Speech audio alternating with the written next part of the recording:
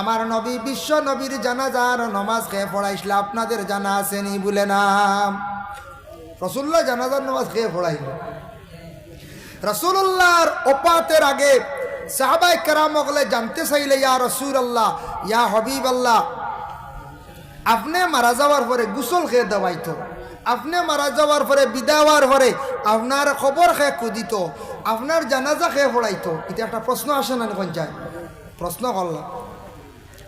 আল্লাহর বান্দেগান আবু তলহা নামে একজন সাহাবী, তাই নটিয়া কইলা বলে, আমি রাসূলুল্লাহ সাল্লাল্লাহু আলাইহি ওয়াসাল্লামের কবর এটা আমি কুদিতাম, ওসিয়ত করিলাইছেন।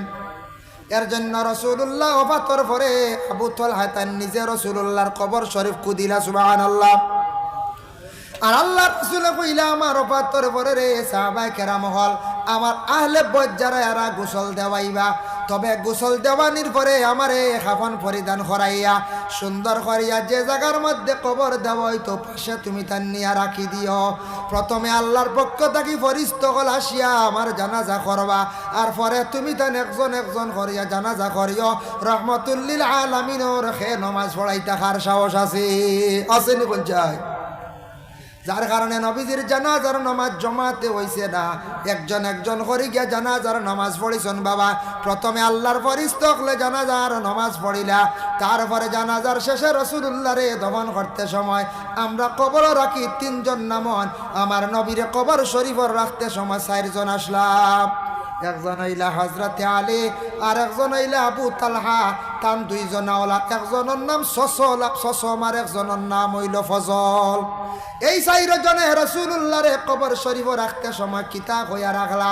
আমরা ময়্যিত রে কবর রাখতে সময় কই বিসমিল্লাহি আলা মিল্লাতে রাসূলিল্লাহ, আয় আল্লাহ আপনার নামেই বন্দারে রাসূলের মিল্লতে রাখলাম। রাখা হইতো রাসূলুল্লাহ রে রাসূলের মিল্লতে রাখা হইছে, এর জন্য বিসমিল্লাহি আলা মিল্লাতিহি, রাসূল রে রাসূলের মিল্লতে রাখা হইছে। সুবহানাল্লাহ। ভাই মুসলমান, আল্লাহর রাসূল নে কবর শরীফ রাখতে গিয়ে তান কবরের নিচে একটা চাদর বিছাইয়া দেওয়া হয়েছে। জানা আসেনি আপনাদের? বলে না? হয়তো জানা থাকতো পারে। রাসূলুল্লাহর একজন সাহাবী ছিল যার নাম হলো হযরতে সাকরান রাদিয়াল্লাহু তাআলা আনহু।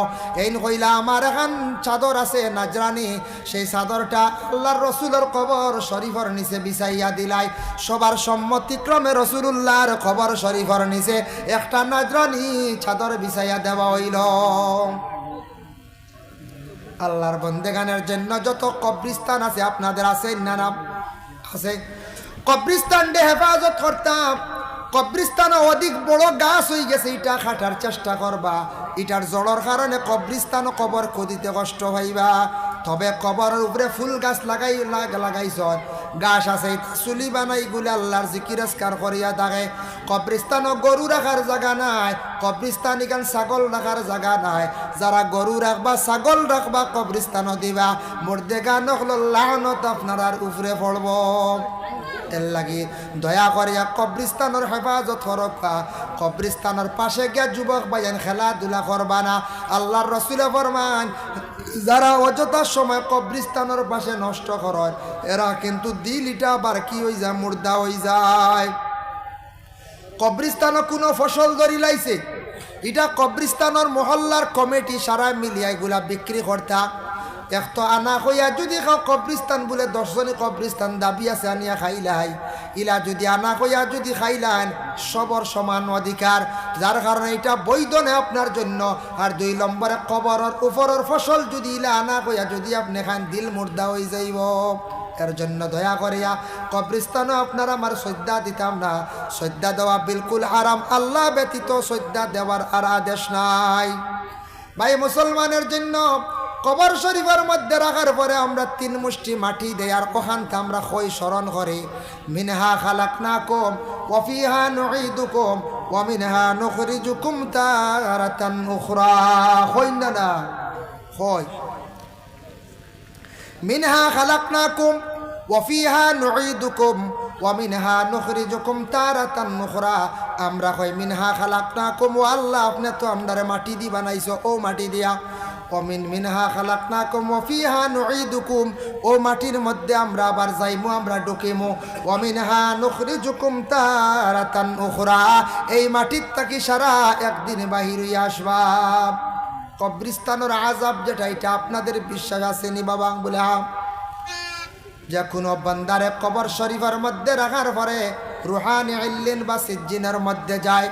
এর জন্য দয়া করি আল্লাহকে ওয়াস্তে, আপনার বাবা মারা গেছেন, মা মারা গেছেন, যত মারা যাক না কেন বাবা, ইলা একদিন আপনিও ইলা কবরিস্তানের মধ্যে যাইবা। আপনি যে কোনো কবরিস্তানে গে সালাম জানাইলা, আসসালামু আলাইকুম ইয়া আহলাল কবর।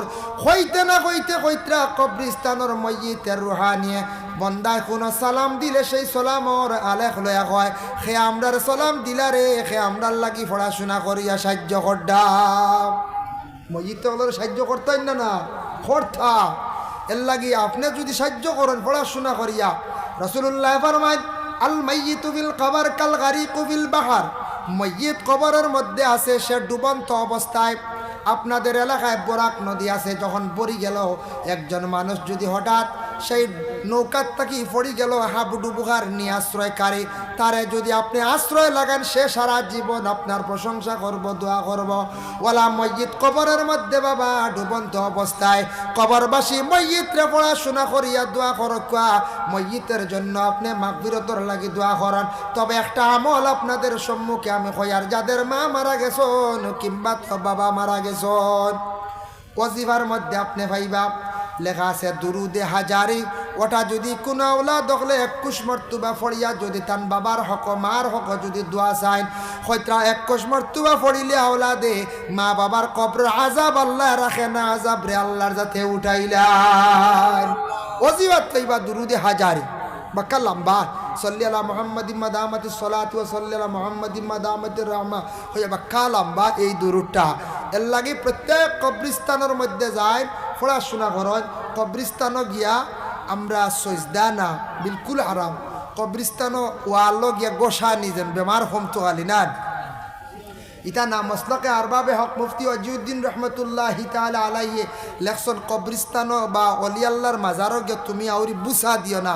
বুসা মানে চুমা দিতে দিতে বাদে এহতেরাম হইব, মাথা লাগাইবাই হইবা বাক্কা আরাম পয়ারতে সদ্যা গুদিলে যাইবাই গিয়ে বাদে হওয়া আল্লাহ। তো এর লাগি আগলার থেকে পড়াশোনা করে, আল্লাহ তোমার মায়ার বন্দা বলি জানিয়েছি, আল্লাহ ইনু আমার বাপ, ইনু মারে মাফ দেও, বাবারে মাফ দেও।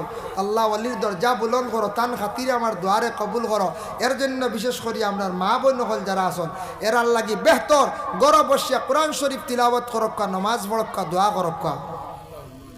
এরা সওয়াবর হাদিয়া নবীজির খেদমত পৌঁছাক্কা সব থাকি বেহতর।